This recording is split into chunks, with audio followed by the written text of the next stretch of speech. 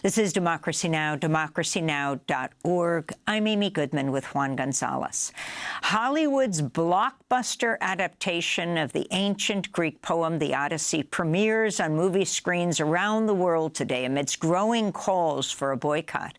Human rights campaigners are criticizing director Christopher Nolan over his decision to film a part of the film in Western Sahara, a vast territory in northwestern Africa that Morocco has occupied for the past half-century.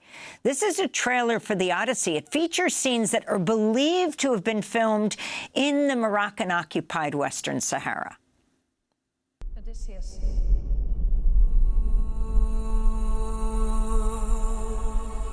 Don't you remember?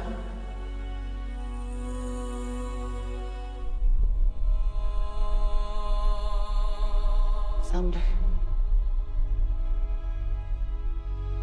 Fire.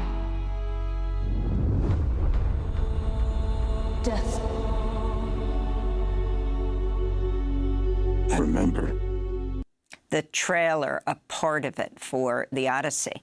Sahrawi campaigners and filmmakers are demanding a boycott. Earlier this month, they held a protest during the London premiere of The Odyssey.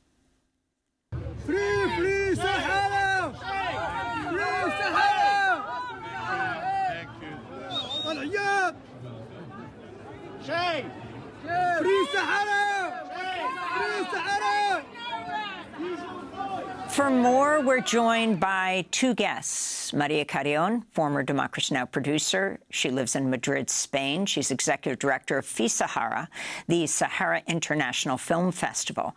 And Abidin Mohamed Hamudi, filmmaker from Western Sahara, born and raised in the Sahrawi refugee camps in Tindouf, Algeria. He's part of Sahrawi Voice, a collective of Sahrawi filmmakers and journalists. María, let's begin with you. If you can talk about how you found out about the making, where part of the film was made, and your efforts to reach out to Christopher Nolan. Yes, we found out exactly 1 year ago. Some activists from Dakhla, which is in southern Western Sahara, alerted us to the fact that Christopher Nolan and his team were in Dakhla in the White Dune, filming part of the movie. As a result, we asked them to leave. We asked Universal to stop the shoot and Nolan to leave with his team. However, instead of leaving, Nolan, he was first photographed with the Moroccan Minister of Culture, Mehdi Ben Said. Then the Moroccan Minister of Culture went on to say that this shoot was going to be just what Morocco needed in order to promote Dakhla as a filming destination, in addition to it being a tourist destination. Now, this occupying force is practicing cultural genocide against the Sahrawi people, ethnic cleansing, especially in Dakhla, where people are being routinely ousted from their homeland. And it's the site of mega projects, big port resorts, wind farms, agriculture, roads. And so by staying silent for 1 year and then using this footage, Nolan has basically become an accomplice to Moroccan occupation of Western Sahara. The real odyssey being that of the Sahrawi people who for 50 years have tried to liberate their homeland. They are separated by a wall, as you've covered extensively in Democracy Now! The people in Western Sahara are repressed, arbitrarily arrested, imprisoned. There's actually a Sahrawi prisoner now, political prisoner on hunger strike, facing death. And the only thing he wants is to be released, as the United Nations has called for him to be, along with all of the other political prisoners from the Gademi Zit protest camp. And his name is Namas Fari, and he is fighting for self-determination in Moroccan prison. So what we've done is first we called for them to leave, then for them not to edit the scenes into the film. And now that the film has been released and clearly they have used these stolen images from Dakhla, we're calling on a campaign by the public not to go see the film and instead watch films about Western Sahara and become aware that it's an occupied territory also supported by the Trump administration. And I'd like to ask Abidin Mohamed, how did President Trump's 2020 decision to recognize Moroccan sovereignty over Western Sahara as part of the Abraham Accords pave the way for Universal Pictures and Christopher Nolan to do this filming in Western Sahara? I mean, to be honest, we were very surprised because the United States was respected widely, and especially at the United Nations for their stance of respecting international law.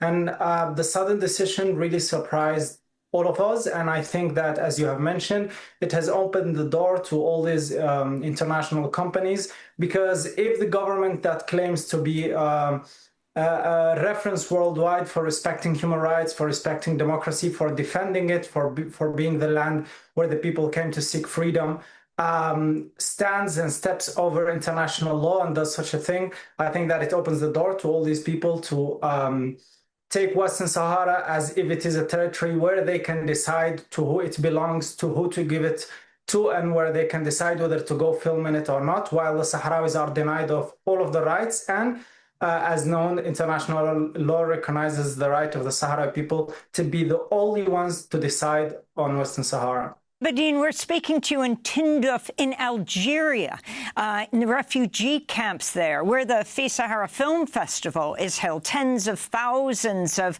Sahrawis there. Can you go home? Could you go, for example, to Dakhla? Absolutely not. Actually, my parents were born in Dakhla. They always tell me all about how they grew up in Western Sahara, in Dakhla specifically, and to think that Christopher Nolan, backed by Universal Pictures and his own production company, can just go there and film and be complicit in the occupation of my homeland, and then me being denied of going there, my parents being denied, and the actual Sahrawis who live under occupation going through all these repression. It is such a metaphor of how the Western world uses human rights, democracy narratives whenever they want, and then ignore it in other parts of the world. You know, we covered East Timor for years. The same year it was occupied by Indonesia, it would ultimately win its freedom with a referendum, and they became one of the newest nations of the world, the Democratic Republic of East Timor. They've always had great affinity with the people of the Western Sahara, occupied Western Sahara. What are you calling for, Mohammed? What are the people of the refugee camps? What are the Sahrawi calling for? What we're calling for is very simple, and I think it's very easy to implement, is to respect international law, respect UN resolutions, give the Sahrawi people the right to self-determinations. We are the legal owners of Western Sahara, of the territory of Western Sahara. And obviously, as you mentioned, East Timor is a great example of people struggling to gain their freedom. And what we are demanding, and we will keep struggling for, is to gain our right to self-determination and independence. And we will use film, in my case, and all the other tools available to the Sahrawi people, whether it's in the refugee camps or in the occupied territories, to keep struggling. And we are aware of the difficulty of all this process. We have given sacrifices, and we're willing to give everything in our hands to gain our freedom. And in the last 10 seconds, if you were in Western Sahara occupied and you were filming, can you talk about what would happen? If I was, first of all, I would be denied to enter Western Sahara. If I was there and I was filming, the first thing is I would be repressed by the police, taken to jail, just like Namal Asfari, who Maria has mentioned, and many other Sahrawis who have given their lives to defend Western Sahara. Mohamed Hamudi, we want to thank you for being with us, filmmaker from Western Sahara, part of Sahrawi Voice, a collective Sahrawi filmmakers and journalists, and Maria Carrión, executive director of Sahara, the Sahara International Film Festival. You can go to Democracy Now! To see our documentary, 4 days in Western Sahara, Africa's last colony, including an interview with the Sahrawi activist Naha Asfar, who's been on hunger strike since early June. That does it for our show.